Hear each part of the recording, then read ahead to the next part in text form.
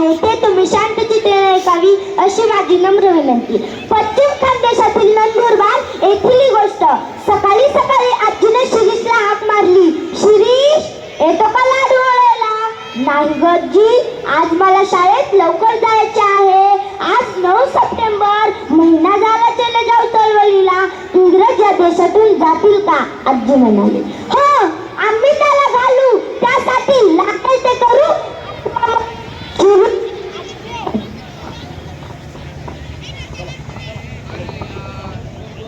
शिरीष, आधी घे, आजीला मदत कर. लाडू वळ. शिरीष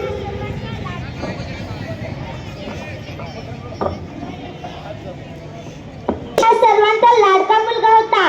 तो शाळेतल्या अभ्यासातही हुशार होता. तो हस्तलिखित पत्रिकेत लिहायचा, मुलांना जमून खेळही खेळायचा, घरी स्वयंपाकात मदत करायचा. विजेचा दिवा बिघडला की तो दुरुस्त करायचा. शिरीषला अशा अनेक गोष्टी येत असे. घड्याळ, त्यांच्या घरी घरगुती कार्यक्रम होता.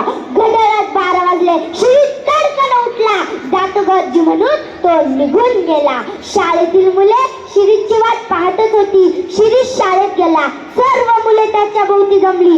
एक मुलगा म्हणाला, शिरीष बघ, झेंडा शाळेच्या बाहेर न्यायला पोलीस बंदी घालत आहेत. शिरीष म्हणाला, असू दे बंदी, पोलीस फार तर काय करतील, लाटामार करतील आणि मिरवणूक उधळून लावतील, पण आपण भयचं नाही. आपण आपल्या देशाचे शूरवीर आहोत, शूरवीर आहोत. शिरीषने हातात झेंडा घेतला. तिकडून तो झेंडा हिसकायला पोलीस आला. शिरीषने दुसऱ्या मुलाच्या हातात दिला. पुढे गेला. त्याच मुलाने दुसऱ्या मुलाच्या हातात दिला. पोलीस तिथे गेला आणि त्याच मुलाने चौथ्या मुलाच्या हातात दिला. पोलीस चिडून तिथून निघून गेला. करेंगे या मरेंगे, 40 कोट नहीं दबेंगे. करेंगे या मरेंगे, 40 कोट नहीं दबेंगे. अशा घोषणा देत मिरवणूक मुलींच्या शाळेजवळ गेली. सर्व मुली वर्गाच्या बाहेर आल्या आणि त्या मिरवणुकीत सामील झाल्या. अशाच घोषणा देत ती मिरवणूक कोर्टाजवळ गेली.